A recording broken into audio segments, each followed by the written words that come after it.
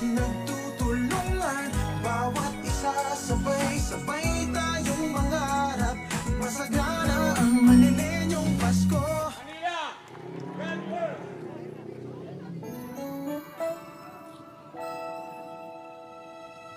Pasko'y pagdiwang sa ating harap, masagana ang manilenyong Pasko. Namasyal sa luneta, sumakay sa kalesa, mamili ng pangregalo sa Tiangge sa Divisoria, simbang gabi sa Quiapo, Noche Buena sa Binondo. Pasko, Pasko ng Manilenyo'y masaya at maligaya. Manilenyong Pasko, nandito tayo.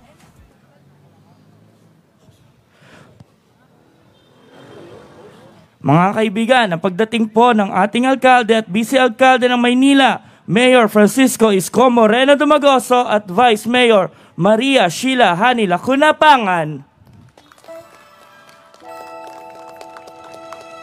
Pasko'y pagdiwang sa ating tahanan, na punong-puno ng pagmamahalan sa ating bayan, at bawat kanto nagliliwanag ilaw ng Pasko. Pasko ng Manilenyo'y masaya at maligaya. Manilenyong Pasko, nandito tayo para sa isa't isa, walang iwan. Isang masigla at mapagpalang gabi po sa lahat na naririto ngayon, at sama-sama po nating saksihan ang pagpapailaw ng TM Calao Avenue at inaugurasyon ng Plaza Salamanca.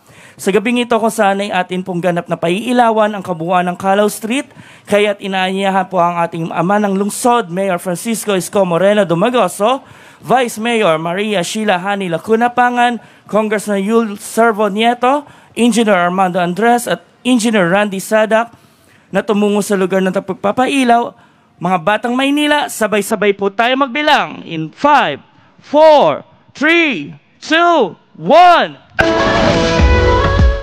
At ganap na nga po na pailawan ang Calao Street.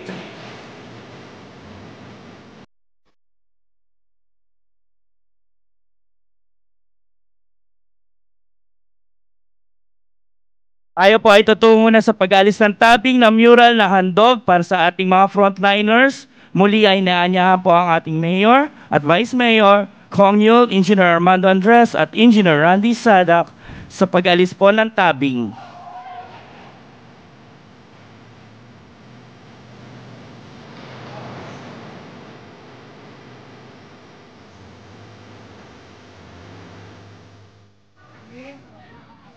Five, 4, 3, 2, 1.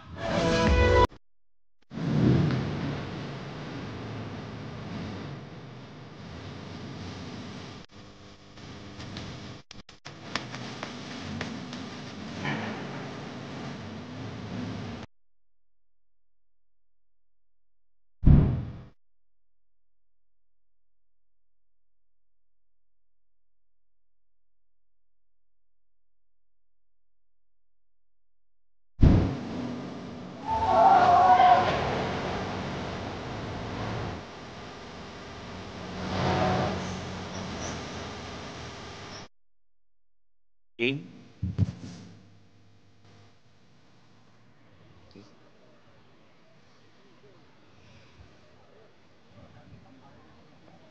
Magandang gabi po sa inyong lahat na mga kasama natin dito at maligong bagong taon sa ating lahat.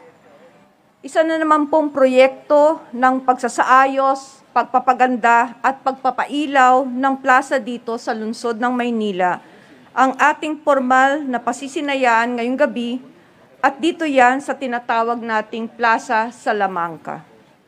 Ang plasang ito na nagsisilbing parangal kay Doktora Olivia Salamanca, na isa sa mga unang babaeng doktor na Pilipino.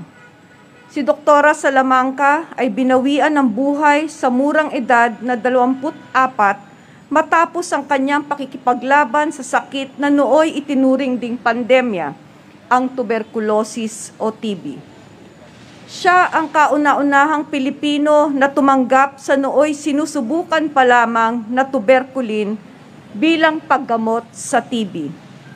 Naisulat nga ni Dr. Salamanca sa kanyang diary noong 1911 na kung ang tuberculin ay napatunay ang epektibo sa pangangalaga ng TB sa pamamagitan ng eksperimento na ginawa sa akin, mararamdaman ko na parang ako ay nagbigay ng pampublikong serbisyo sa sangkatauhan. Ngunit kung ito ay mabigo, kung gayon ay matutuwa din ako dahil ililigtas nito ang marami mula sa panganib nito. Nagsilbing frontliner si Dr. Olivia Salamanca sa kasagsagan ng pagkalat ng TB sa buong mundo. Kaya't magandang pagkakataon na ang plasang ito ay lalong maisaayos bilang pagbibigay pugay sa mga Pilipinong doktor at lahat ng mga manggagawa sa mga pagamutan, health centers at mga quarantine facilities. Ang pamahalaan lungsod ng Maynila ay sumasaludo sa inyong lahat na nagsasakripisyo ng panahon, pagod, dugo at pawis at hindi sumusuko sa laban sa pandemyang kinakaharap natin ngayon. Mabuhay ang mga Pilipinong medical frontliners dito sa Maynila at sa iba't ibang sulok ng mundo. At kasama nyo kami sa nananalangin at umaasa ngayong bagong taong 2022 ay matutuldukan na ang sakit na dulot ng COVID-19. Maraming salamat pong muli at manigong bagong taon sa inyong lahat. At sa pagkakataong ito ay pakinggan po natin ang mahalagang mensahe ng Ama ng Lungsod ng Maynila, ang leader na tunay na kasama natin at nanguna sa ating lahat upang pangalagaan tayong mga batang Maynila at kalingain ang bawat Pilipinong nangangailangan ng tulong nitong panahon ng pandemya. Ang leader na bilis kilos sa pagtugon at palaging handa rin na magsakripisyo ang sarili sa dakilang tawag ng paglilingkod. Ang yorme sa puso ng bawat Manilenyo at leader na tunay na maaasahan ng bawat Pilipino, ang kagalang-galang Francisco Isko Moreno Domagoso.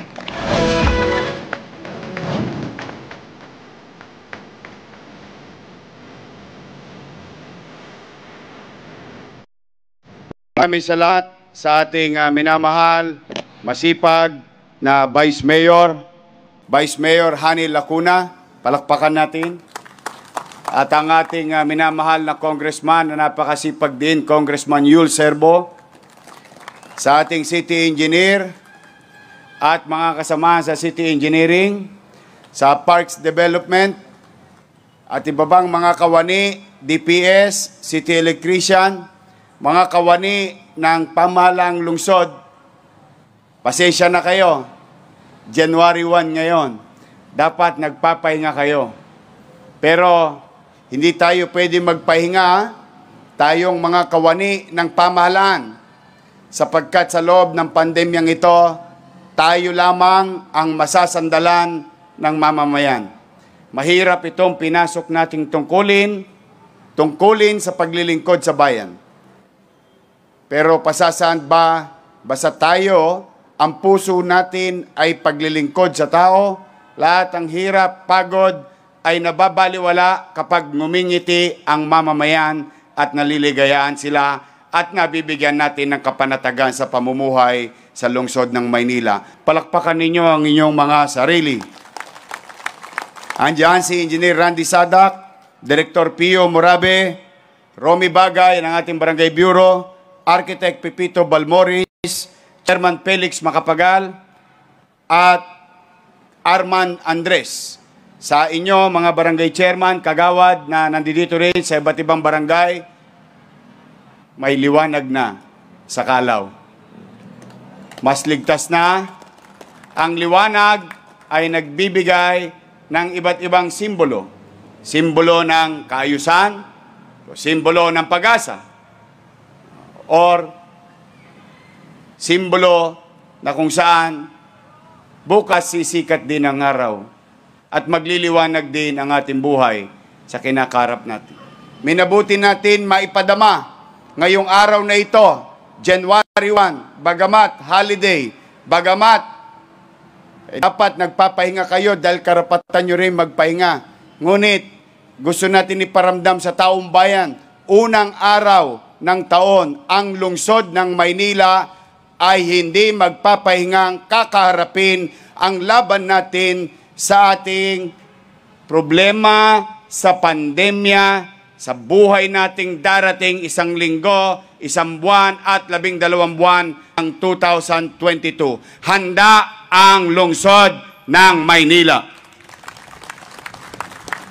Sa ating mga kababayan na parito na namamasyal sa Luneta, welcome po kayo sa Maynila. At ngayon may bago pa kayong dadagdag na pasyalan.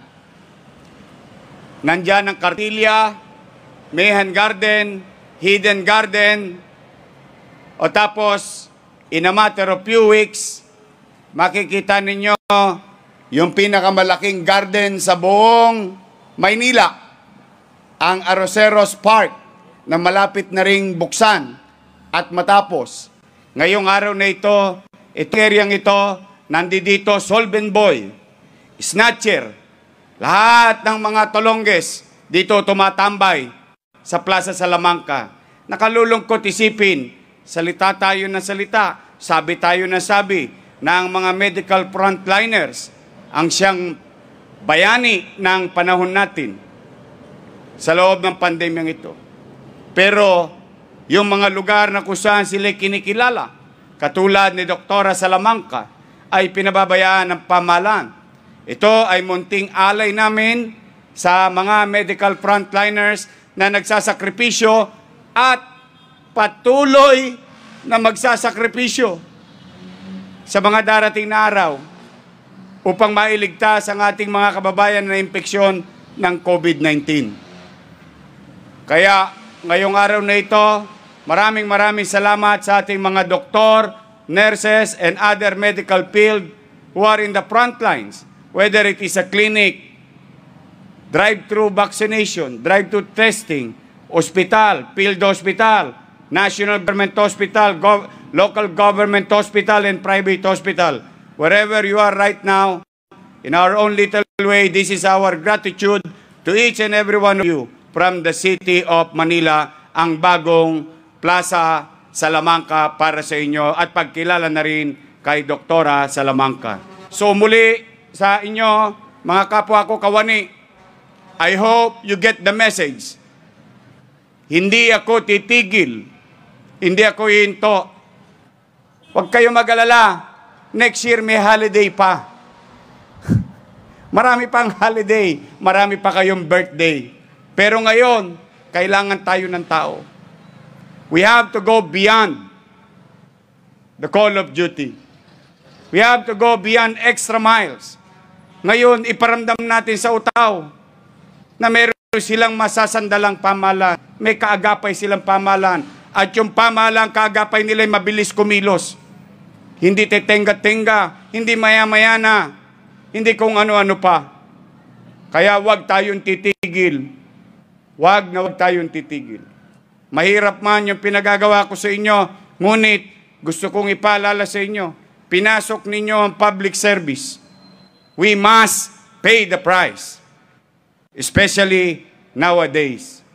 Kailangan tayo ng tao. Kaya ako'y taus-puso nagpapasalamat sa bawat isa sa inyo. Bagamat kayo dapat nagsasaya, kasama ang mga pamilya, pero hindi natin makuha masyado magsaya. Sapagkat ito na naman, yung kapatid ni Megatron, si Omicron, nandyan na. Nagkalat na. Marami na naman papatayin ito. Marami na naman pahirapan ito. Marami na naman tatanggaling trabaho ito. Kaya kailangan mabilis ang kilos natin. Kailangan maparamdam natin sa taong bayan. Kahit na anong hirap na dinaranas nila. Meron silang barangay official. Meron silang city government official. May national government official sila na matatakbuhan at masasandalan. Doon man lamang may paramdam natin yung totoong layunin nating makapaglingkod. Walang perpektong gobyerno. What matter most is that we have to do our best to make them feel that there is government in the city of Manila. Ngayon na aliwalas, ingatan ninyo mga barangay official. Para sa inyo yan, kaligtasan, kapanatagan sa paglalakbay sa Kalaw. Alam natin kung sino nandito. Alam natin yung mga ilang individual dito. Ingatan ninyo. Sayang. Huwag niyong dugyutin. Huwag niyong pabayaan. Hindi araw-araw Pasko.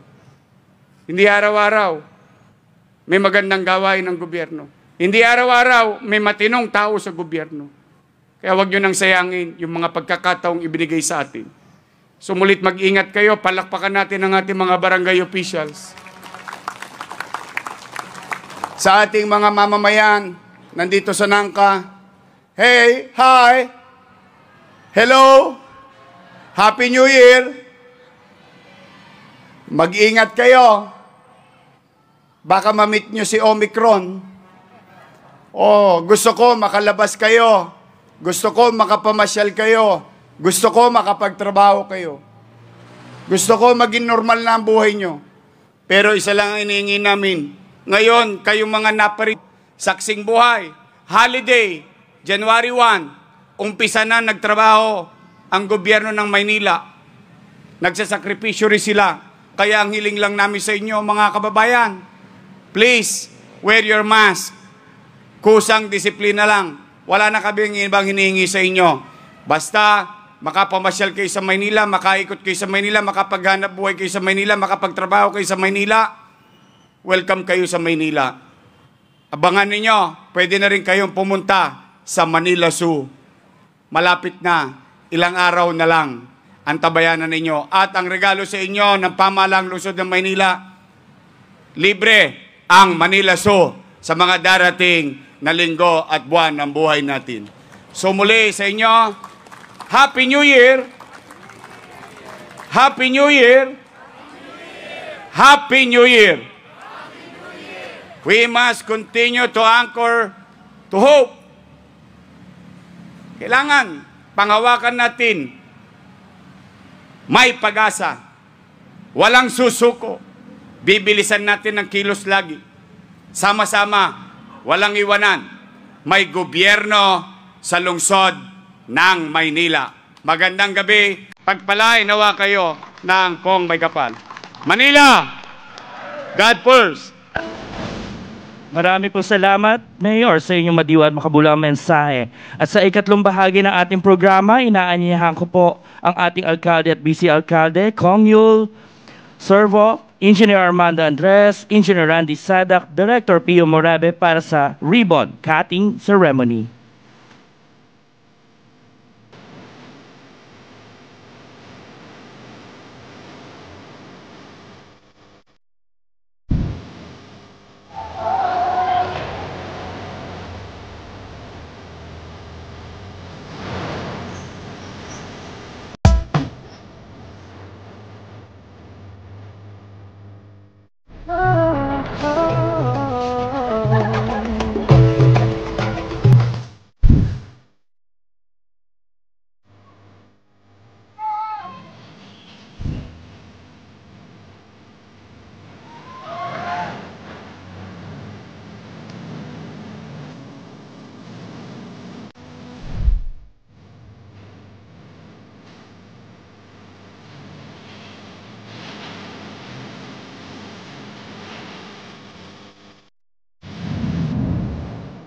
Mga kaibigan, ganap na po na pasinayan ang Plaza Salamanca!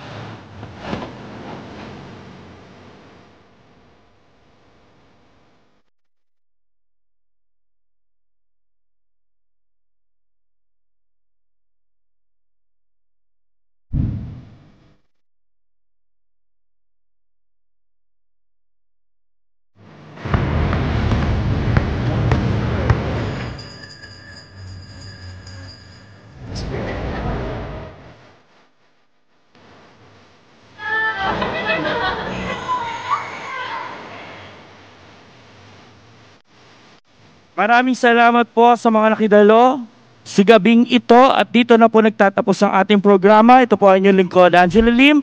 Happy New Year sa inyong lahat!